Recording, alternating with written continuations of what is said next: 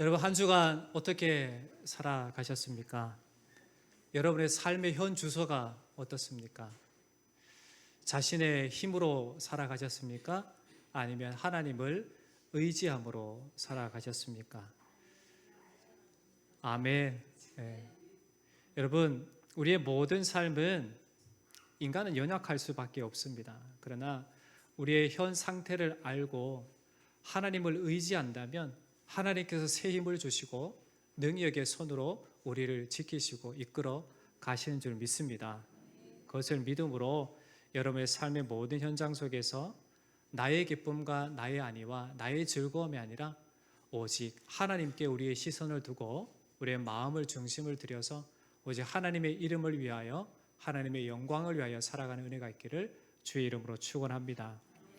고린도전서 10장 31절에 보면 항상 우리에게 하시는 말씀이 이렇습니다. 그런즉 너희가 먹든지 마시든지 무엇을 하든지 다 하나님의 영광을 위하여 하라. 여러분, 하나님의 말씀은 분명하게 우리에게 말씀합니다. 무엇을 하든지 하나님의 영광을 위하여 하라.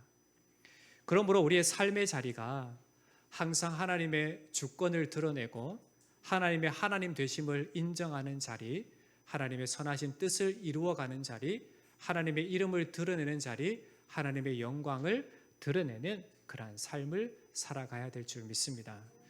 여러분, 신앙의 삶은 자신을 위한 삶이 아니라 하나님의 영광을 위한 삶임을 반드시 기억하고 살아가시기 바랍니다. 삶의 모든 부분에 있어서 성도는 항상 하나님께 집중이 되어 있어 살아가야만 합니다. 나에게 집중이 되면 어느 때 보면 나는 연약해져 있고 힘들어하고 그리고 뒤로 물러나 있는 나의 모습을 봅니다. 그러나 매일의 삶의 현장 속에서 하나님께 집중하며 살면 어느 순간에 하나님께서 놀라운 은혜 가운데 우리를 이끄셔서 하나님 은혜 아래 예수 그리스도의 장성한 분량이 이르러 있는 자신의 모습을 발견하게 될 줄 믿습니다. 그러므로 하나님의 영광을 위해서 끊임없이 주님께 집중하고 달려가는 은혜가 있기를 주의 이름으로 축원합니다. 오늘 말씀은 여러분이 잘 아는 다윗과 골리앗의 이야기이지만 이 장면에서, 이 사건에서 우리가 집중해 보아야 할 것은 다윗의 하나님께 집중된 신앙의 모습을 우리가 살펴볼 수 있게 됩니다. 오늘 말씀에 앞서 배경을 먼저 살펴보면 사울과 이스라엘 백성이 블레셋과 전쟁을 하게 되는데 골짜기를 사이에 두고 서로 대치하는 상황 속에서 블레셋의 한 장수가 등장하는데 그 장수의 모습이 이러합니다. 우리가 읽지는 않았지만 17장 4절로 7절 말씀을 보시면 블레셋 사람들의 진영에서 싸움을 도두는 자가 왔는데 그의 이름은 골리앗이요 가드 사람이라 그의 키는 6규빗 한 뼘이요 머리에는 노투구를 썼고 몸에는 비늘 갑옷을 입었으니 그 갑옷의 무게가 놋 5천 세겔이며 그의 다리에는 놋 각반을 쳤고 어깨 사이에는 놋 단창을 메었으니 그 창 자루는 배틀채 같고 창날은 철 600세겔이며 방패든 자가 앞서 행하였더라. 완전 무장한 이 골리앗의 모습이 어떻습니까? 여러분, 한 규빗이라고 하면 이 팔꿈치에서 손가락 끝까지를 한 규빗이라고 이야기를 합니다. 그러니까 대략 키가 골리앗의 키가 3m 가량이 됩니다. 엄청난 무게의 투구와 갑옷, 보통 사람은 들 수 없는 창으로 무장한 사람입니다. 그런 그가 앞장서서 나와서 이스라엘 군대를 모독을 합니다. 자기와 싸울 사람 한 사람을 보내라. 자기와 싸움의 결과에 따라 양국 간에 주종 관계를 맺자라고 말하며 이스라엘 군대를 모독하고 있는 그러한 상황에 있습니다. 이러한 상황 앞에 사울 왕과 이스라엘 군대가 보여준 태도가 무엇인가? 11절 말씀을 보시면 사울과 온 이스라엘이 블레셋 사람의 이 말을 듣고 놀라 크게 두려워하니라. 24절도 보시면 이스라엘 모든 사람이 그 사람을 보고 심히 두려워하여 그 앞에서 도망하며 라고 말씀합니다. 골리앗의 생김새, 그가 맨 앞에 나와서 모욕하는 것을 들은 사울 왕과 이스라엘 군대들은 놀랍고 크게 두려워할 뿐 아니라 어떤 사람은 도망하기까지 합니다. 여기에서 의문점이 하나 생기게 되는데, 왜 당시에 골리앗에 대한 그 모욕을 들으면서 골리앗에 대해서 대항하고자 했던 사람이 없는가입니다. 왜 두려워하고, 왜 떨고, 왜 도망하고자 했는가입니다. 이것을 보면 당시 왕과 또 이스라엘 군대 그리고 백성들의 영적인 분위기를 읽을 수 있게 됩니다. 초대 왕이었던 사울은 하나님께 계속되는 불순종으로 인해서 하나님으로부터 버림을 받게 되었습니다. 사울의 계속되는 불순종의 결과는 골리앗이라는 이 블레셋 사람이 하나님을 향해서 모욕하는 그 모욕적인 언사에도 무감각하게 반응할 수밖에 만들어졌고, 그저 그 상황을 어떻게 해서든지 벗어나고자 하는 인간이었던 생각으로만 가득했던 이 사울의 모습을 봅니다. 이후에 사울 왕이 골리앗을 죽이는 사람에게 자신이 가진 많은 재물을 주고, 그리고 자신의 딸을 그에게 주고 세금을 면제해 주겠다, 이렇게 포상을 건 것은 당시 사울의 영적인 상태가 어떠했는지를 충분히 짐작해 볼 수 있게 됩니다. 이렇게 골리앗을 앞세운 블레셋의 모욕 앞에 이스라엘은 놀라고 두려워하고 떨고 도망하고 있는 상태에, 이러한 상황 속에서 당당하게 맞서는 한 사람이 등장합니다. 그 사람이 바로 오늘 본문에 나오는 다윗이십니다. 다윗은 어떤 사람입니까? 아직 싸움에 나갈 만한 그러한 사람이 아닌 소년입니다.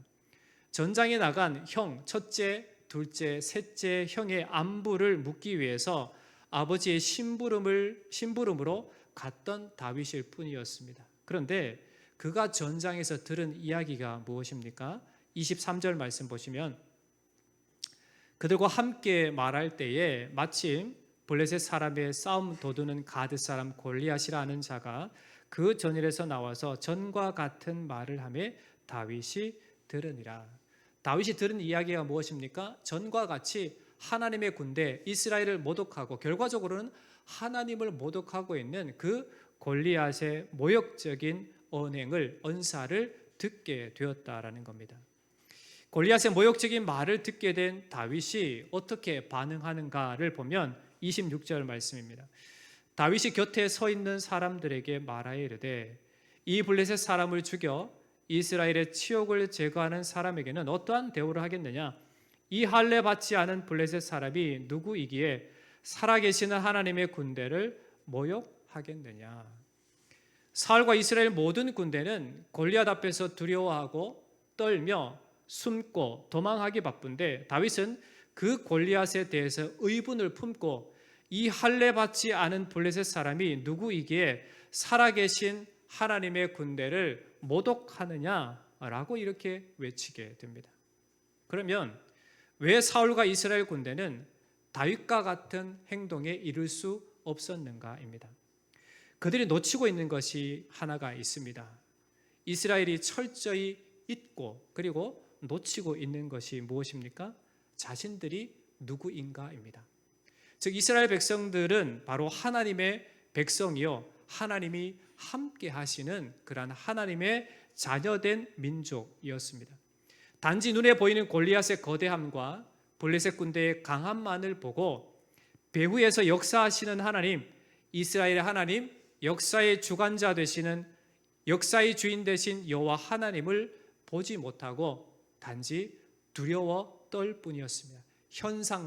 현장만을 보고 두려워하고 떨 뿐이었다라는 겁니다.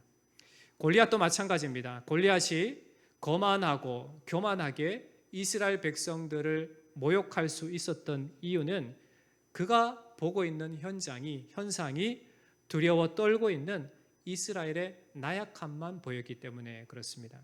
10절 말씀을 보시면, 그 블레셋 사람이 또 이르되, 내가 오늘 이스라엘의 군대를 모욕하였으니 사람을 보내어 나와 더불어 싸우게 하라 한지라. 골리앗은 이스라엘을 향해서 계속해서 모욕하며 나와 싸워보자 라고 이야기를 합니다. 왜 그렇게 도전합니까? 그가 볼 때 이스라엘은 아무것도 아닌 연약한 존재일 뿐이었습니다. 이렇게 골리앗은 자신이 가진 신체적인 우월함 그리고 군사력을 의지하고 자신보다 연약한 이스라엘 군대를 철저히 무시하고 모욕합니다. 즉 골리앗은 이스라엘의 표면적인 모습만 보고 업신여기며 큰 소리로 외쳤던 겁니다. 분명히 외적인 요건을 보면 블레셋 군대는 전쟁에서 승리를 거둘 수밖에 없는 상황이었습니다. 그러니 골리앗은 더욱더 교만하게 이스라엘을 모독했을 것입니다.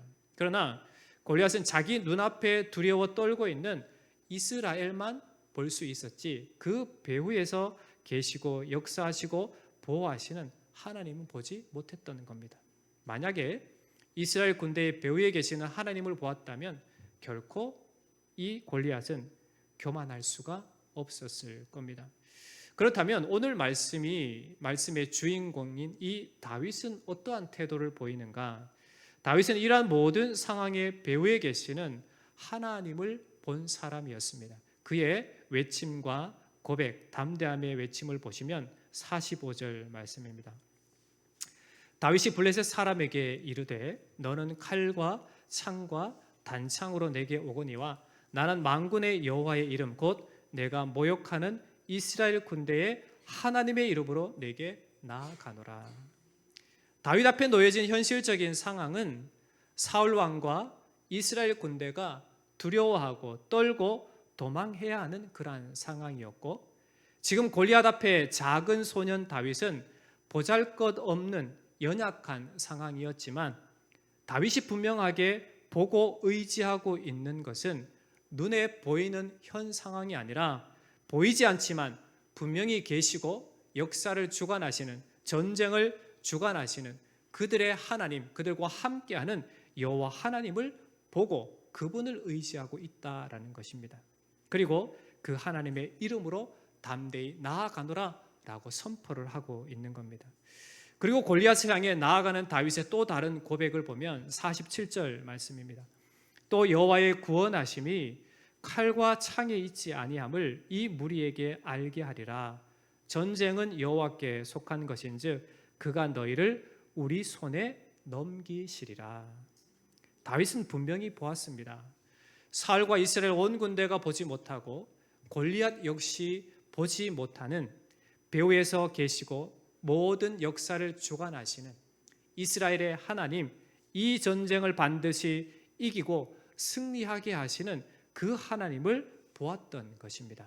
그랬기에 나는 만군의 여호와의 이름으로 내게 가노라. 여호와의 구원하심은 칼과 창에 있지 않다라고 이렇게 담대하게 외칠 수 있었다라는 겁니다.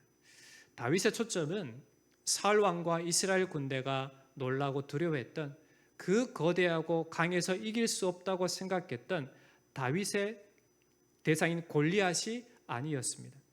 하나님의 이름을 모욕하고 교만한 골리앗의 배후에 계시는 하나님만을 바라보고 그분만을 의지했던 겁니다. 다윗의 시선은 하나님만을 향해 있었습니다. 다윗이 거대한 골리앗이라고 하는 이 상황에서 그 배후에 계시는 하나님을 볼 수 있었다라고 하는 것은 그 순간에 갑자기 하나님의 영이 함께해서 하나님을 본 것이 아닙니다. 이미 그의 마음 중심이 하나님께 향해 있었기 때문에 그렇습니다.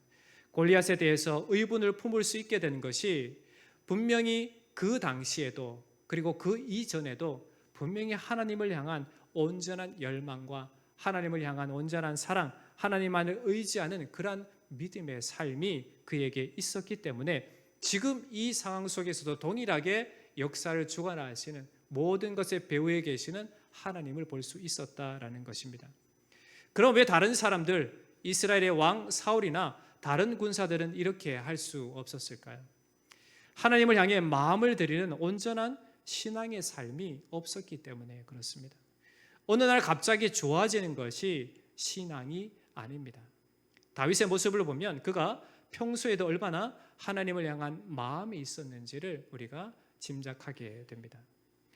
우리는 오늘 말씀을 통해서 무엇을 배우게 됩니까? 하나님의 백성, 자녀답게 하나님께 집중하고 하나님의 이름으로 살아가야 한다라는 것입니다. 골리앗 앞에 다윗은 사울 왕과 다른 군사들처럼 백성들처럼 겁이 나고 도망하고자 하는 마음이 아니라 하나님의 이름으로 담대히 나아가는 모습이 다윗의 모습이었습니다. 어떻게 이렇게 할 수 있었습니까? 다윗은 모든 상황의 배후에 계신 하나님만을 보았습니다. 그리고 그 하나님의 영광을 생각했고 그 이름을 의지했기 때문에 그렇습니다. 오늘 말씀을 통해서 우리는 이러한 다윗의 하나님을 향한 중심을 배울 수 있어야만 합니다.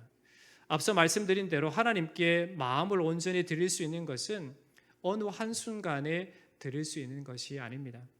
매일 날마다 주님을 의지함이 우리의 마음을, 우리의 삶을 드리기에 힘쓰는 그러한 힘씀이 있어야만 가능한 것입니다. 그럴 때 마땅히 의분을 품을 때 의분을 품을 수 있고, 두려워 떨 상황임에도 불구하고 강하고 담대함을 품을 수 있게 되고, 상황만을 보게 되는 그러한 시선이지만 그 배후에 역사하시는 하나님을 볼 수 있게 되는 것입니다. 요한일서 5장 4절로 5절 말씀은 이렇게 우리에게 말씀해 줍니다. 무릇 하나님께로부터 난 자마다 세상을 이기느니라. 세상을 이기는 승리는 이것이니 우리의 믿음이니라.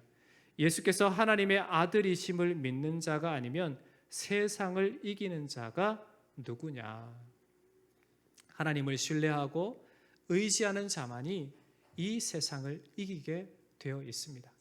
주 예수 그리스도가 나의 구주이심을 믿고 그 이름을 의지하는 자만이 세상을 이기게 되어 있는 것입니다. 거대한 골리앗과 같은 그러한 죽음의 상황 속에서도 하나님을 의지하는 자, 그 이름으로 살아가는 자, 주님께 집중하는 자만이 그 모든 것을 이겨 궁극적으로 승리하게 되어 있다는 사실을 말씀해 주고 있습니다. 그런데 이 시대 속에서 믿음의 자들에게 흐려진 것이 있습니다. 그것은 무엇을 위해 살아가고 있는가, 무엇을 위해 일하고 있는가, 무엇을 위해 존재하는가에 대한 해답이 흐려지고 있다는 게 문제입니다. 우리가 하나님의 백성인가를 나타내는 시금석은 내가 지금 현재 하나님께 집중했고 하나님을 의지하고 하나님의 영광을 위해서 살아가는가가 바로 그 해답에 있습니다. 내 뜻에 집중하는 것이 아니라, 나의 안위에 집중하는 삶이 아니라, 나의 바람이나 나의 소망이 이루어지기를 바라며 사는 것이 아니라, 하나님의 뜻이, 하나님의 영광이 드러나기 위해서 하나님께 집중하고 믿음으로 살고자 힘씀이 우리의 삶의 현장 가운데 있어야 되는 줄 믿습니다. 우리는 하나님의 영광을 위해서, 그 이름을 드러내기 위해서 존재하는 사람들입니다. 시작할 때 말씀드렸지만 먹든지 마시든지 무엇을 하든지 다 하나님의 영광을 위하여 하라라고 하는 그 명령은 지금 우리가 예수 그리스도를 믿고 그리고 우리가 살아가야 할 삶의 시간이 하나님의 영광을 드러내기 위한 시간, 하나님의 뜻을 드러내는 시간, 하나님의 말씀을 따르는 시간, 하나님께 집중하는 그러한 시간이 돼야 된다라고 말씀해 주는 것입니다. 그러므로 여러분이 살아가는 모든 삶의 현장과 시간 속에서 우리의 모든 완전한 의지가 되시는, 우리에게 승리를 주시는 그 하나님께 집중하고 그 하나님만을 의지하고 그 하나님만을 믿고 하나님의 이름으로 살아가시기를 주의 이름으로 축원합니다. 말씀을 맺겠습니다. 하나님께 집중된 한 사람 다윗을 통해서 사울 왕과 온 이스라엘 군대, 백성들이 두려워 떨고 도망할 수밖에 없는 그러한 상황을 승리의 사건으로, 하나님의 이름을 드러내는 사건으로, 하나님의 구원하심을 드러내는 사건으로 다윗이 쓰임받은 것처럼 우리의 삶의 현장도 하나님께 집중된 삶으로 절체절명의 때에 하나님의 이름이 드러나게 하며 하나님의 영광을 드러내고 하나님의 일하심, 하나님의 역사를 경험하는, 역사의 주관자 되시는 하나님의 일하심을 경험하는 여러분이 되시기를 주의 이름으로 축원합니다. 어떻게 우리가 그렇게 살아갈 수 있습니까? 그리스도 예수를 믿음으로 구원받은 자요, 하나님의 백성, 하나님의 자녀이기 때문에 그렇게 살아갈 수 있는 것입니다. 로마서 8장 35절에 누가 우리를 그리스도의 사랑에서 끊으리요? 라고 말씀하신 것처럼 우리를 그리스도의 사랑에서 끊을 수 있는 것은 결코 없음을 알고 하나님의 이름으로 하나님의 영광으로 우리에게 주어진 이 믿음으로 그리스도 예수의 이름으로 그리스도 예수를 의지함으로 그렇게 살아가시기를 축원합니다. 여러분, 여러분의 삶의 현장 속에서 늘 예수 그리스도의 이름으로 승리의 이름 예수의 이름으로 살아내시기를 축복합니다.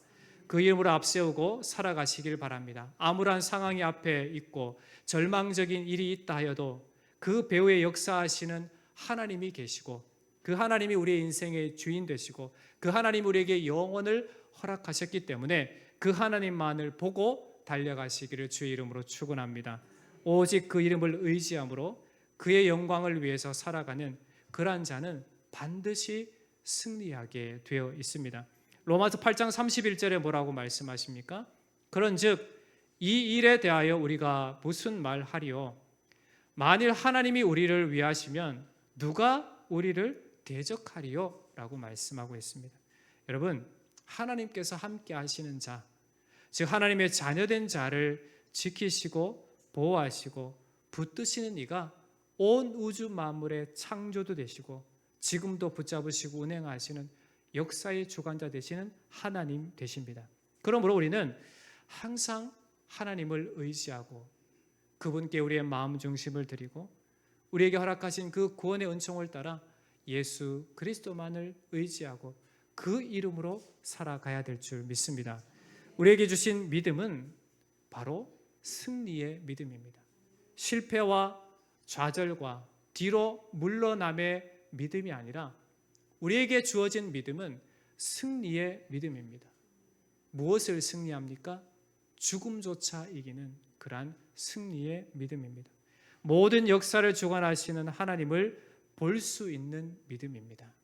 우리는 우리의 눈으로 현실을 볼 수밖에 없는 그러한 연약함이 있습니다. 그러나 믿음을 가진 믿음의 사람은 현실 너머에 계신 모든 것을 운행하시고 주관하시는 그 하나님을 볼 수 있는 사람인 것입니다. 그러므로 믿음의 사람답게 모든 일에, 모든 상황에, 모든 역사의 배후에서 놀랍게 하나님의 선하신 뜻대로 움직이시고 이끄시는 우리의 아빠, 아버지 되시는 그 하나님만을 믿고 의지하며 살아가시기를 바랍니다. 이러한 분명한 믿음으로 항상 하나님 중심으로 그리스도 예수의 이름으로 살아내심으로 말미암아 여러분에게 주어진 모든 삶의 현장이 늘 믿음으로 승리하는 은혜의 삶을 살아내시기를 주의 이름으로 간절히 당부를 드립니다.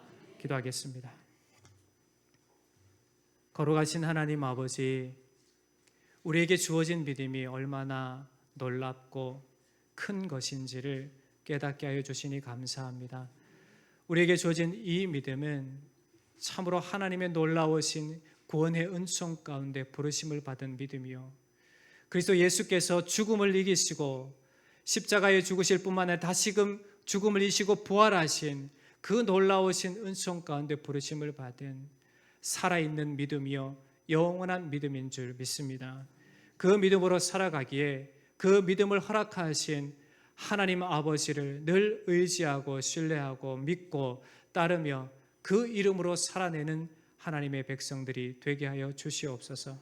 그래서 골리앗과 같은 어떠한 상황이 우리 눈앞에 있다 하더라도 그 이후에 그 배면에 그 이후에 그 넘어 계시는 그 배후에 계셔서 모든 것을 주관하시고 역사하시고 반드시 이기고 승리하게 하시는 그 하나님을 볼 수 있는 영안을 허락해 주시옵소서.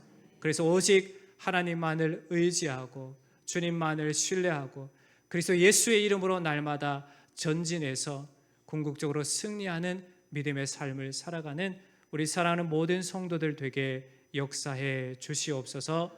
살아계신 예수님의 이름으로 간절히 기도하옵나이다. 아멘.